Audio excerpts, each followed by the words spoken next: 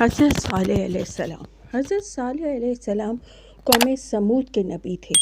حضرت ہود علیہ السلام کی قوم عاد کے تباہ ہونے کے بعد سمود کی اولاد عرب میں پہنچ گئی تھی۔ ان کا ملک شام اور حجاز کے درمیان تھا اور شہر حجاز سے ملا ہوا تھا۔ ان کی وادی کا نام وادی قرہ تھا۔ یہ لوگ بہت قداور تھے۔ پہاڑوں کو تراش کر انہوں نے اپنے گھر بنا لیے تھے۔ پتھروں کو تراشنے کے ماہر تھے۔ پتھر تراشتے تراشتے بت تراش بن بیٹھے۔ پھر ان میں بت پرستی عام ہو گئی۔ جب یہ لوگ اللہ کی فریاد سے غافل ہو گئے تو اللہ تعالیٰ نے ان کی قوم میں حضرت صالح علیہ السلام کو نبی بنا کر بھیجا۔ آپ کی شکل و صورت ان سب میں بہتر تھی اور نسب بھی اعلیٰ تھا۔ اللہ تعالیٰ نے سورہ اعراف میں ارشاد فرمایا، قوم سمود کی طرف ہم نے ان کے بھائی حضرت صالح علیہ السلام کو نبی بنا کر بھیجا۔ انہوں نے اپنی قوم سے کہا، اے میری قوم، اللہ کی بندگی کرو، اس کے سوا کوئی معبود نہیں۔ صرف چند لوگ آپ پر ایمان لائے۔ یہ کمزور اور غریب لوگ تھے۔ قوم کے بڑے سردار اور مالدار لوگ بت پرست پر قائم تھے۔ انہوں نے اللہ تعالیٰ کی نعمتوں کا انکار کیا، حضرت صالح علیہ السلام کا مذاق اڑایا۔ وہ مذاق اڑاتے ہوئے کہا کرتے تھے کہ اگر ہم خدا کے صحیح دین پر نہ ہوتے تو اللہ تعالیٰ آج ہمیں یہ دھن دولت، سرسبز و شاداب باغات اور بلند و بالا اعلیٰ محلات، میوہ جات کی کثرت، شیریں نہریں، یہ سب کچھ ہمیں کیوں حاصل ہوتی؟ یہ سب چیزیں ہمیں اس لیے ملی ہیں کہ ہم صحیح دین پر ہیں۔ دوسری طرف آپ خود دیکھیں، جو لوگ آپ کی پیروی کر رہے ہیں انہیں دیکھیں، ان کے تنگ حالی اور غربت کو دیکھیں اور بتائیے خدا کے مقبول بندے کون ہیں؟ پھر ان لوگوں سے کہتے جو ایمان لائے تھے، کیا ہمارے ہوتے ہوئے ان پر نصیحت اتری، یعنی نبوت ملی ہے؟ اور کیا تمہیں یقین ہے کہ صالح پروردگار کا رسول ہے؟ مسلمان انہیں جواب دیتے، بے شک ہم ان کے لائے ہوئے پیغام پر ایمان لا چکے ہیں۔ تب وہ ہمیں جواب دیتے، ہم تو ان پر ایمان نہیں لائیں گے۔ ان مغرور اور سرکش لوگوں نے حضرت صالح علیہ السلام کی دعوت کو قبول نہ کیا۔ صالح علیہ السلام نے ان الفاظ میں انہیں تبلیغ کی، اے میری قوم، اللہ کی بندگی کرو، اس کے سوا تمہارا کوئی معبود نہیں، جس نے تمہیں زمین میں پیدا کیا ہے، پھر اسی میں تمہیں بسایا، پھر اسی سے بخشش مانگو اور اس کی طرف رجوع کرو۔ جواب میں وہ کہتے، کیا تو ہمیں ان معبودوں سے روکتا ہے جن کی پوجا ہمارے باپ دادا کرتے تھے؟ غرض وہ آپ کو جھٹلاتے رہے۔ ادھر حضرت صالح علیہ السلام بھی برابر انہیں اللہ کا پیغام سناتے رہے۔ آخر انہوں نے کہا، اگر تم سچے ہو تو کوئی معجزہ دکھاؤ۔ اس پر صالح علیہ السلام نے فرمایا، تمہاری خواہش کے مطابق میں تمہیں معجزہ دکھا دیتا ہوں، لیکن اس کے بعد بھی اگر تم ایمان نہ لائے تو پھر تم پر اللہ کا عذاب آئے گا۔ اس پر انہوں نے کہا، ہم ہر سال فلاں تاریخ کو شہر سے باہر جاتے ہیں، اپنے 7 بتوں کو بھی اچھی طرح پوشاک پہنا کر لے جاتے ہیں، پھر ان سے اپنی حاجتیں مانگتے ہیں۔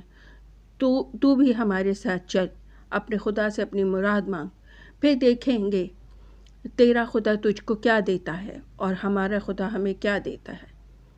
حضرت صالح علیہ السلام نے ان کی بات قبول کر لی۔ آخر وہ دن آ گیا جب انہیں باہر نکلنا تھا۔ حضرت صالح علیہ السلام کے ساتھ وہ تھوڑے سے مسلمان تھے جو ان پر ایمان لائے تھے۔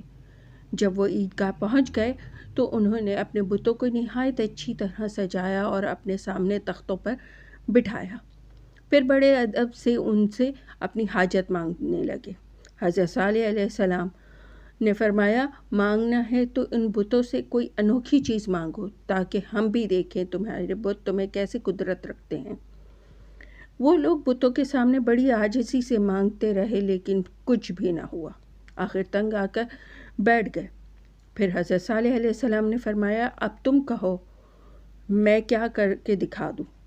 میں اپنے پروردگار سے دعا کروں گا اور وہ ہو جائے گا جو تم کہو گے۔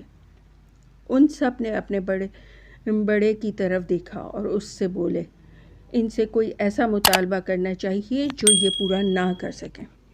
سردار نے پہلے تو سوچا، پھر بولا اگر آپ واقعی اللہ کے پیغمبر ہیں تو ہماری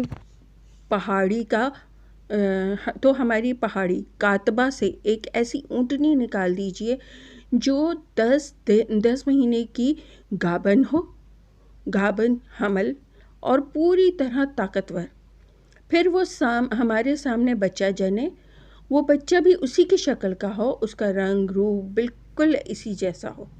حضرت صالح علیہ السلام نے ان کی بات سن کر فرمایا اگر میں اللہ کے حکم سے تمہارا یہ مطالبہ پورا کر دوں تو تم مجھ پر اور میری دعوت پر ایمان لے آؤ گے؟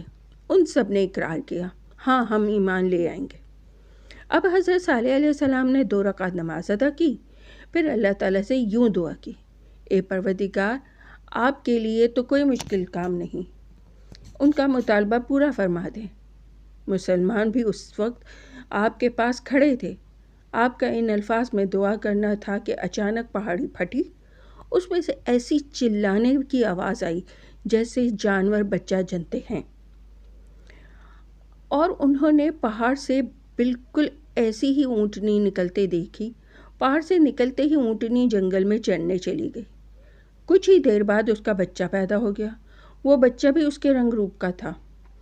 اس واقعے کا ذکر کرتے ہوئے اللہ تعالیٰ نے فرمایا بے شک تمہارے رب کی طرف سے یہ واضح دلیل آ چکی ہے، یہ تمہارے لیے اللہ کے نام پر چھوڑی ہوئی اونٹنی ہے، تمہارے لیے ایک فیصلہ کن نشانی ہے، بس اسے کھلا چھوڑ دو، خدا کی زمین میں جہاں چاہے چرے، اسے کسی قسم کا نقصان نہ پہنچا ورنہ تمہیں دردناک عذاب آ پکڑے گا۔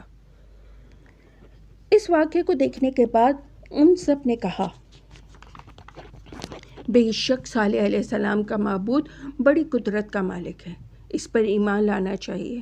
اس طرح ان کا سردار اپنے بہت سے ساتھیوں کے ساتھ اسلام لے آیا۔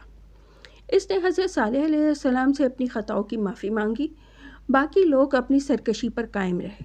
ان بدبختوں نے حضرت صالح علیہ السلام کو جادوگر قرار دیا۔ اس پر حضرت صالح علیہ السلام نے کہا تم نے وعدہ خلافی کی ہے، اب اللہ کے عذاب سے بچنے کی ایک ہی صورت ہے، اور وہ یہ کہ اس اونٹنی اور اس کے بچے کو نہایت تعظیم سے رکھو، اسے کسی قسم کی کوئی تکلیف نہ ہونے دو، اسی میں تمہاری بھلائی ہے۔ جب تک یہ اونٹنی اور اس کا بچہ تم میں رہیں گے شاید اللہ کا عذاب تم پر نہ آئے۔ اس کو چھوڑ دو تاکہ یہ کھاتے پھرے، اسے برائی سے ہاتھ نہ لگانا۔ وہ اونٹنی بہت قداور تھی، اللہ کا معجزہ تھی، اس کا بہت رعب تھا، جس طرف جاتی باقی سب جانور اسے دیکھ کر بھاگ جاتے تھے، پانی پر آتی سب کا پانی پی جاتی۔ اس طرح لوگ بہت پریشان ہوئے، انہوں نے حضرت صالح علیہ السلام سے شکایت کی یہ اونٹنی تو بہت پانی پی جاتی ہے، ہمارے لیے باقی نہیں بچتا۔